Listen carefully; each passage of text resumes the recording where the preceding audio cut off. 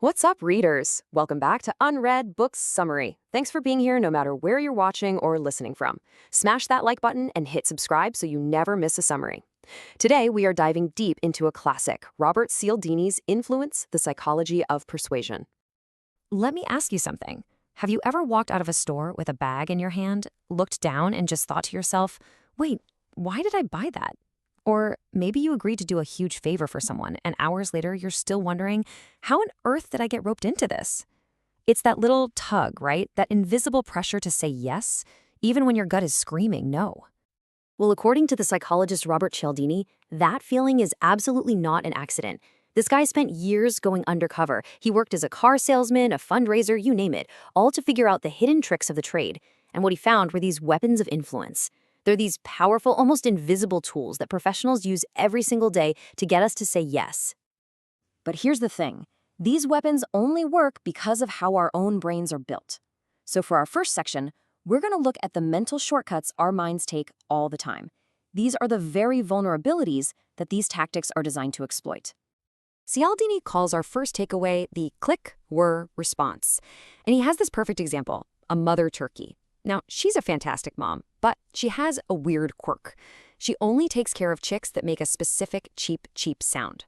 So scientists did this experiment where they took her mortal enemy, a stuffed polecat, and put a little recorder inside it that went cheep. And you know what? She mothered it. The sound was the click, and her maternal instinct went whir. We humans have these exact same automatic programs running in our heads. Sometimes a single word can be the trigger.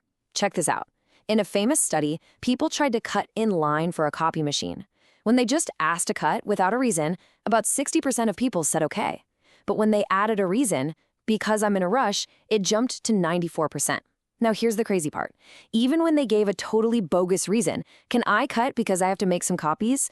Which, duh, that's why everyone's there, it still got a 93% success rate. The word because was the click that made everyone's brain go whir and just agree. This brings us to another mental shortcut, the contrast principle. Our brains don't judge things in a vacuum. We judge them by comparing them. You've totally seen this in action. A salesperson shows you this crazy expensive $495 suit first. Then they show you a $95 sweater. Suddenly, that sweater looks like a total steal, right? But if they had shown you the sweater first, $95 might have seemed kind of pricey. The price of the sweater never changed, but your perception of its value did, all because of what you saw first. Okay, so our brains take shortcuts. Got it. Now we're moving on to one of the most powerful, unwritten rules of human society, something that's been drilled into us since we were kids, the rule of reciprocity. This rule is simple. We feel a deep obligation to give back to people who have given to us first. And this story is it's mind-blowing. In 1985, Ethiopia was in the middle of a devastating famine and widespread poverty. And yet, they sent $5,000 in aid to Mexico City after it was hit by an earthquake. It makes zero sense, until you find out that 50 years earlier, in 1935, Mexico had sent aid to Ethiopia. Half a century later, across cultures, across generations, even in the face of starvation, that debt was repaid. That's why this rule is so incredibly powerful. It creates this heavy sense of obligation that is so hard to shake, and it can be triggered by favors we didn't even ask for. Think about the Hare Krishnas who used to hang out in airports. They'd give you a flower and then refuse to take it back. Now you're standing there with this flower feeling like you owe them a donation. And this often leads to totally unfair trades. We will agree to a much bigger favor just to get rid of that uncomfortable feeling of being indebted for a small initial gift. So we know we're wired for shortcuts and we're wired to repay debts. Next up, we're going to look at the pressures that come from inside our own heads and from the people all around us that kind of lock us into our decisions. Humans have this almost obsessive need to be consistent with what we've already done or said. Cialdini calls this the foot in the door technique. In one study, researchers went around asking homeowners if they would put this huge, kind of ugly drive carefully sign on their front lawn.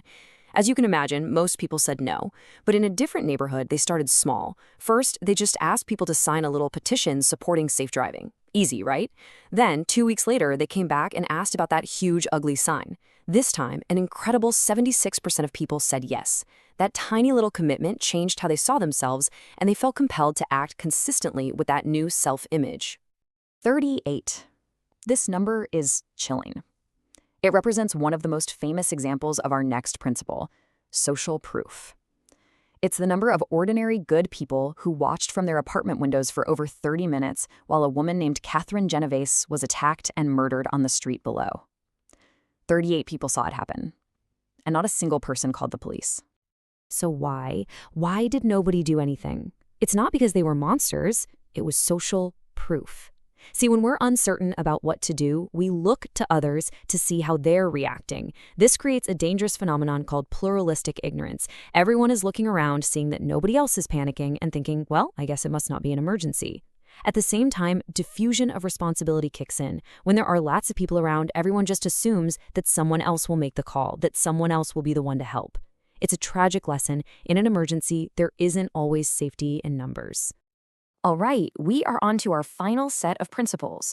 These are all about the shortcuts our brain takes based on who we like, who we're told to obey, and the things we desire the most. This one is so simple, but man, is it effective. We are just way more likely to say yes to people we know and like. Cialdini says the Tupperware party is the ultimate masterclass in this principle. Think about it. When you're there, you're not really buying plastic containers from some big faceless corporation. You're buying them from your friend Karen, the host.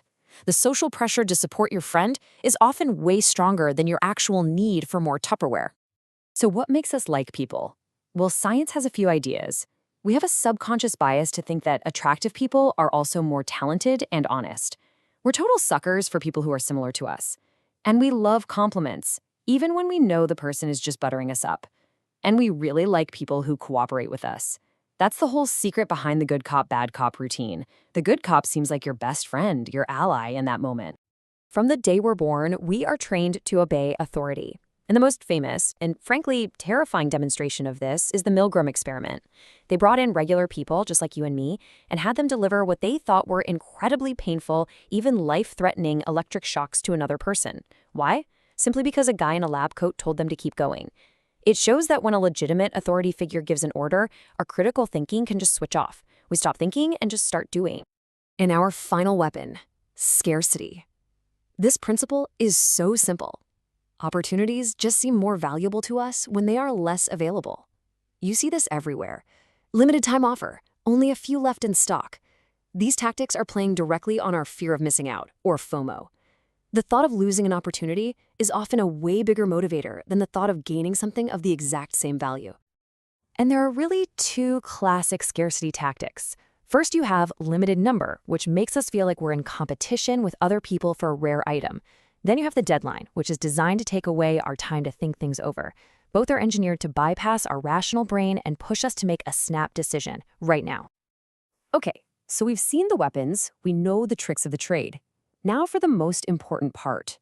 How do we actually defend ourselves? Our final takeaway is all about building a shield against all this unwanted influence.